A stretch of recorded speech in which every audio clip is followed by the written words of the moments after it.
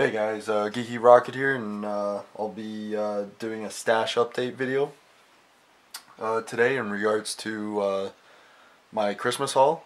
I know it's a little over a month past Christmas now, but I figured I'd share with you what I got for Christmas, especially after viewing a lot of your Christmas haul videos.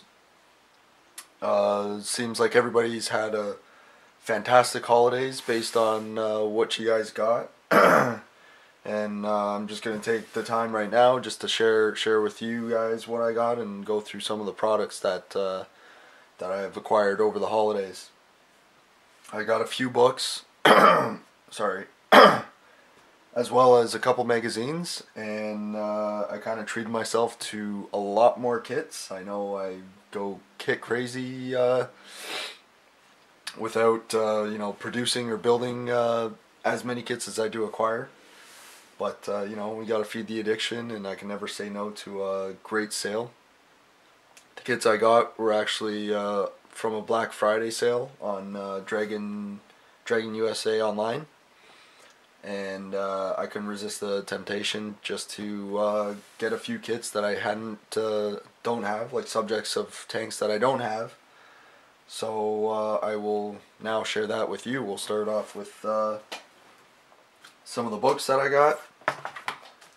This one is a great one. It's called The World's Greatest Tanks, an illustrated history, and it is literally an illustrated history of the 50 or just over 50 or so most famous tanks ever to come out. It literally goes through each of the most famous tanks from various nations. Goes through all the specifications, so what kind of engine it had, from what kind of engine it had, all the way to the amount of armor and firepower each tank had. It's from Amber Publishing. That is that's the company that publishes this book. They also have great selection of other similarly related books as well. I think they have a few on artillery, universal carriers, as well as some other ones.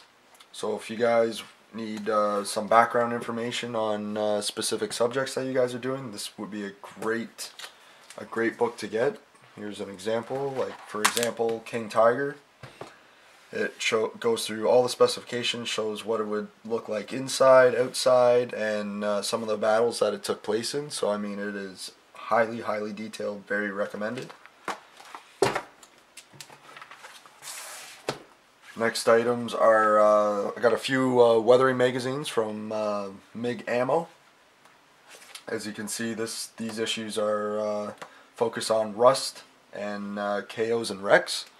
So basically it's a step-by-step magazine that'll describe and show you how to use MiG Ammo's weathering products, the enamel weathering products, as well as pigments. Again, that can be applied to, it's very similar to what AK would offer as well. So this goes through a variety of different subjects, from trains, tanks, ships, and even sci-fi, and will help you guys achieve realistic finishes depending on what kind of finish you're going for. So I believe there's a series of 10 issues now available by MiG Ammo, and I do hope to collect them all because they are very informative. Again, highly recommended. Alright, on to the good stuff now, the kits, the stuff that I am starting to, actually I'll probably need to get more shelving units for all the kits that I have. So we'll start off with Dragon's Kettenkrad early production with Infantry Karan.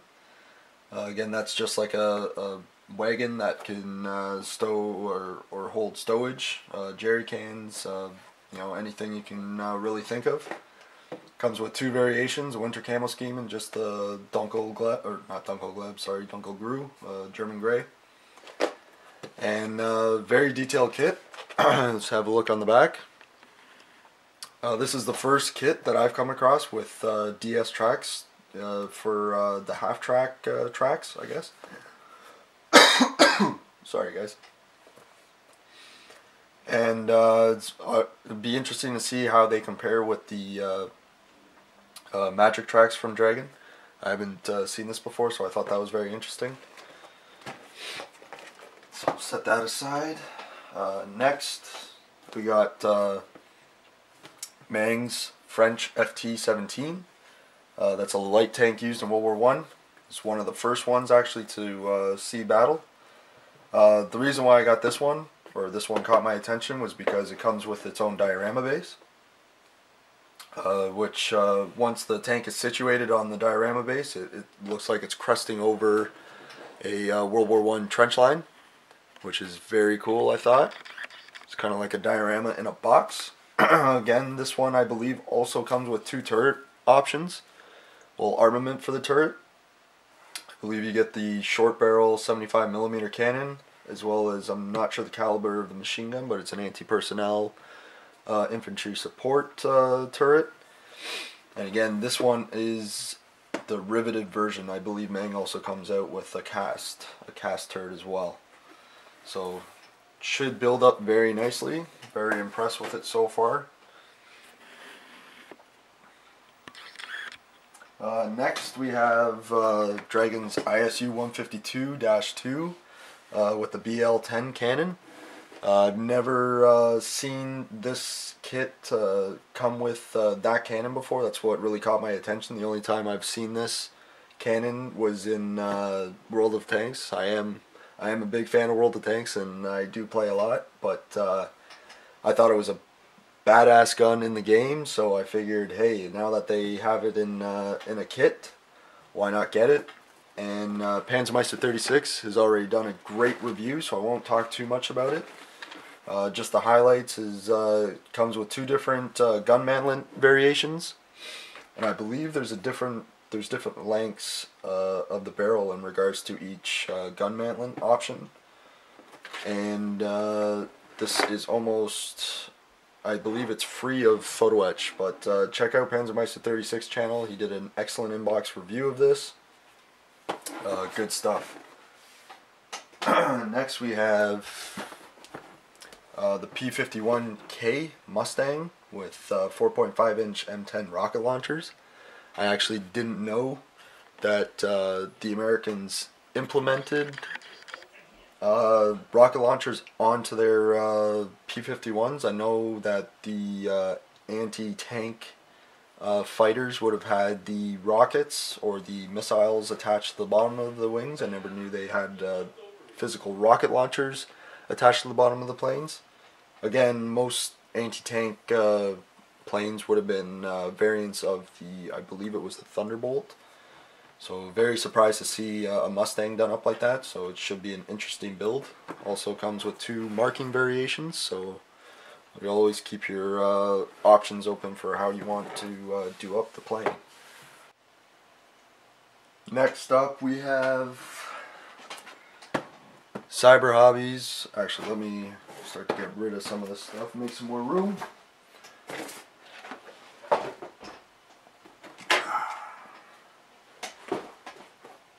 There we go.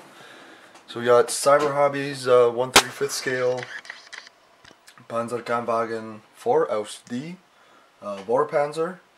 And this variant includes extra armor on the glacis and front armor plate where the assistant driver and the driver would have sat, as well as extra armor on the turret, at the front of the turret. Looks like a very detailed kit, highly detailed kit. You know, stuff you'd usually expect from Dragon and Cyber Hobby. But again, got this for an awesome price as well. Again, the Black Friday sales, I would actually hold out for the Black Friday sales, especially on Dragon USA Online. Some of them were 2-for-1 kits, and I mean, like this regularly goes for, you know, 60 bucks, 70 bucks. And if you get a 2-for-1 deal, I mean, it's a no-brainer.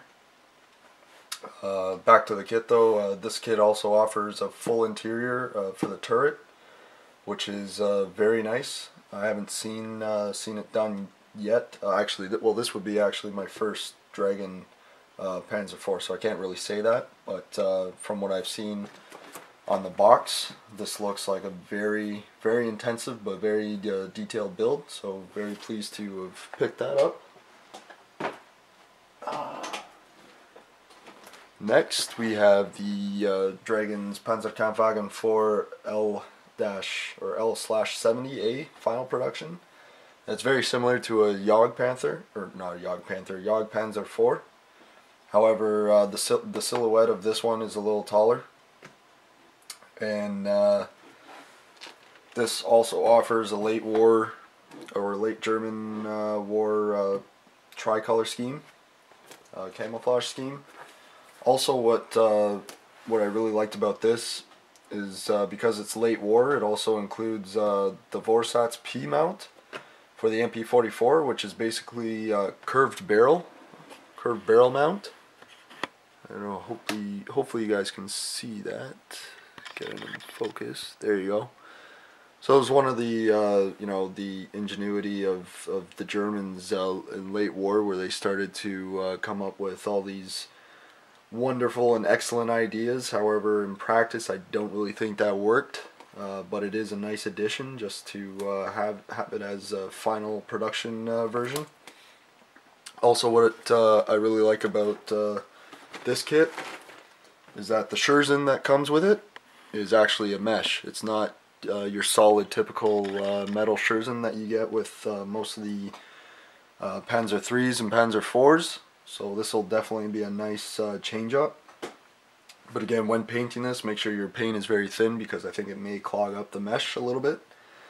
So very nice kit again from Dragon. Next is, well, I'm on like my 7th kit and I still got a few more to go.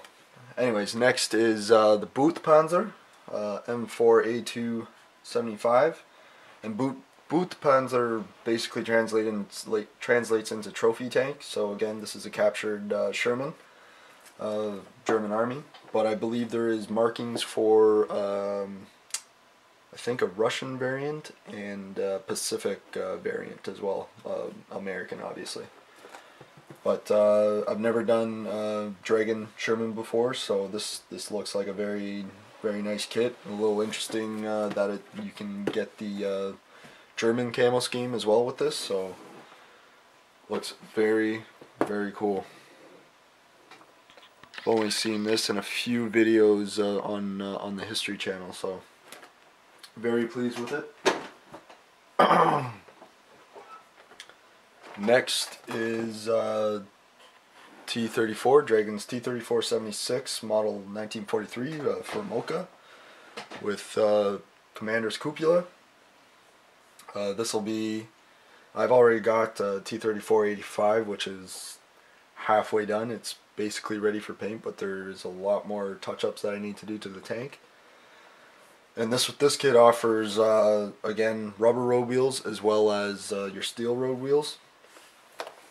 So I believe there's a few marking options that you can get with this kit. Again, typical Dragon, highly detailed, lots of PE. It's got a lot of nice texture as well. As you can see here, texture on the front manlet of the gun, which is very nice. I think Alexander Richard Marshalls will like that. I know he's really into T-34s, especially the Dragon ones. And this kit will definitely pique Panzermeister 36's interest. This will be my first Stug 3 edition, or acquisition, sorry. Stug 3 F8, early production, Italy, 1943. Excuse me. Alex had mentioned earlier in the year, or I guess late last year, about doing an Operation Husky group build. That was the invasion of, I believe, Sicily, 1943, and this'll be the kit that I'll be entering for that for sure, if that ever does go through. I know there's a lot going on in everybody's lives, so no rush there. However, this tank does come with a few options for different markings, and again, great detail, tons of photo etch, Never can't go wrong with Dragons kits, of course. So that's that. And last but not least, my first Panzer III edition, or acquisition, sorry, I don't know why I keep calling it edition. This is Cyber Hobbies Panzerkampfwagen 3 early production Aus M. I don't really know what this means or what it stands for. Looks like a typical late production, or well, it says early production, but it's the later turret version with the up armor on the front of the turret, and I believe that's a 57mm gun. Oh no, 5cm. Okay, 5cm gun, so 50mm gun. So again, comes with 3 marking options, and again, awesome detail. So very pleased with the acquisitions I got over the Christmas holidays, as well as you know, the prices that I got them for. I probably spent less than half of the market value for these, so couldn't say no to it. And you know, it was a great Christmas overall. So I'm glad to see all you guys enjoyed your Christmas, and you know, Santa was very good to all you guys, and that'll be it for this update. So thanks for watching, guys, and I'll catch you later.